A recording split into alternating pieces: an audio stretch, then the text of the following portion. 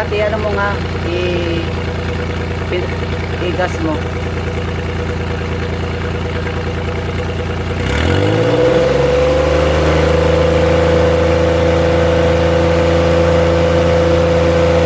Okay.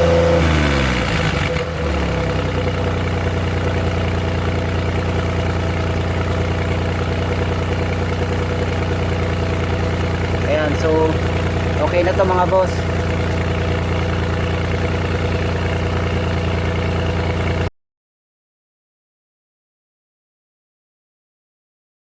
So welcome back po sa ating channel. Sa video na to ay ito-troubleshoot natin yung problema natin dun sa ating makina, na which is yung dun sa previous video ko is yung random misfire. So inconsistent yung tunog niya, no?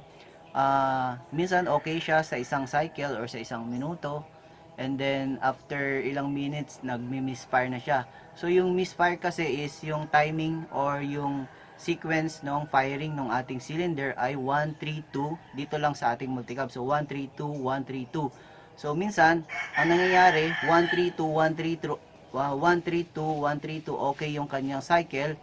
Then minsan 1 3 hindi siya nag-fire, then 2 nag-fire, or minsan naman 1 3 2 pagdating dun sa 2 nag-misfire siya. So hindi natin alam, no, kung which cylinder yung nag-misfire.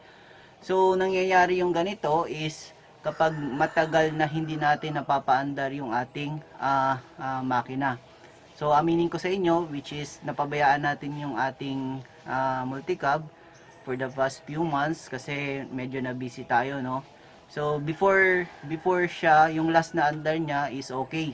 And then wala tayong ginalaw for 1 month. Then nung pinaandar natin siya, ayun nga, so napansin natin yung kakaibang tunog.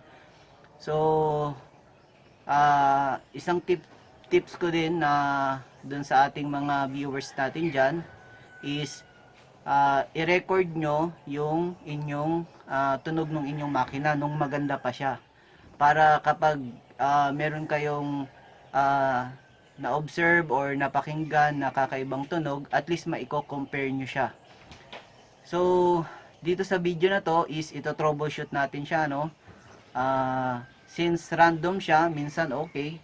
So ang mga dapat natin titingnan is yung number 1 is yung kuryente ng ating makina. So sa kuryente titingnan natin yung ating distributor, yung ating ignition, kung enough ba yung kuryente na isinusupply niya dito.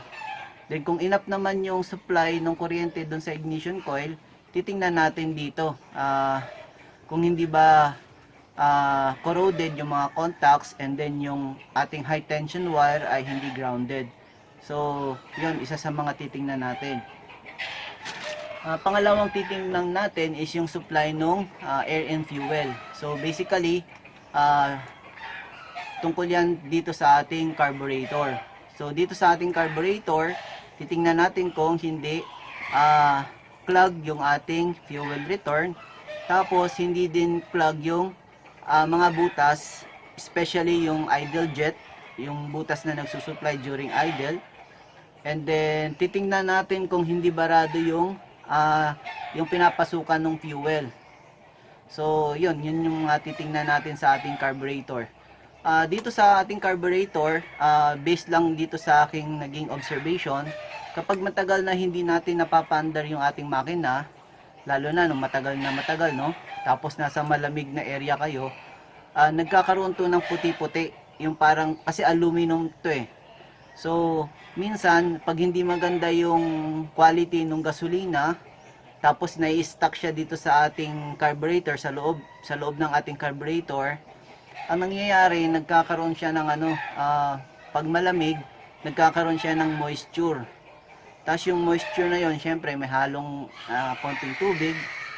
And then based doon sa, I think mayroon akong previous video na nung naglinis ako dito is meron akong nakitang yung parang plastic siya, no? Pero basically hindi siya plastic.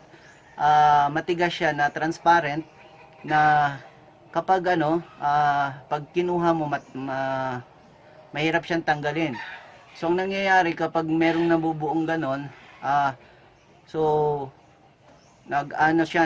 nagkokos siya ng bara dun sa mga maliliit na butas.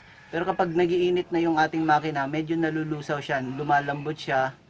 And then, yun nga yung possible na nagkokos. So, yun ay based lang dun sa naging observation ko, no, nung naglinis ako ng ating carburetor. And then, mapapansin nyo rin, may mga puti-puti pag hindi napapaandar, no. So, yun, isa sa mga titingnan natin. So, another thing is, pag ganito, random siya, no, random misfire, isa din na kino-consider natin is yung compression ng ating makina. Ibig sabihin, baka minsan naman nagkakaroon ng loss compression kaya hindi maganda yung combustion o hindi enough yung compression para sumabog yung isang cylinder.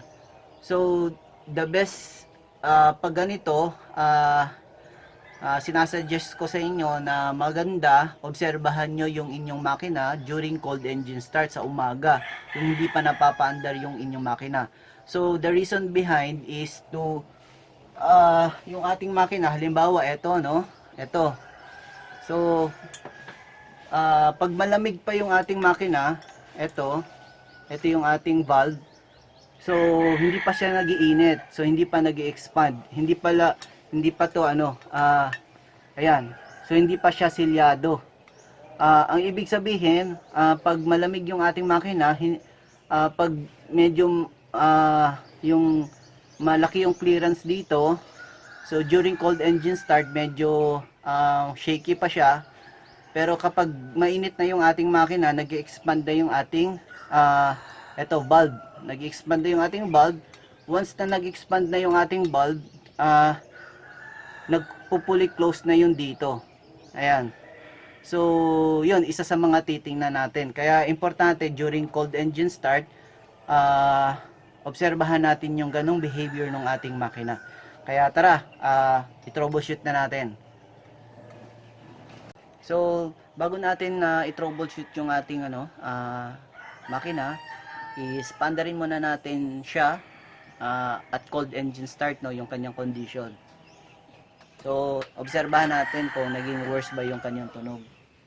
So, ang gagawin natin, lalagyan natin siya ng konting gas. Kasi yun ang sabi ng iba. So, dapat daw, i-assist natin siya. Lalagyan natin siya ng konting gas bago natin start. Ayan, so, ayan. So, bago natin start, so, lagyan natin ng konting gas. Ayan. Tapos, start natin siya. Ayan.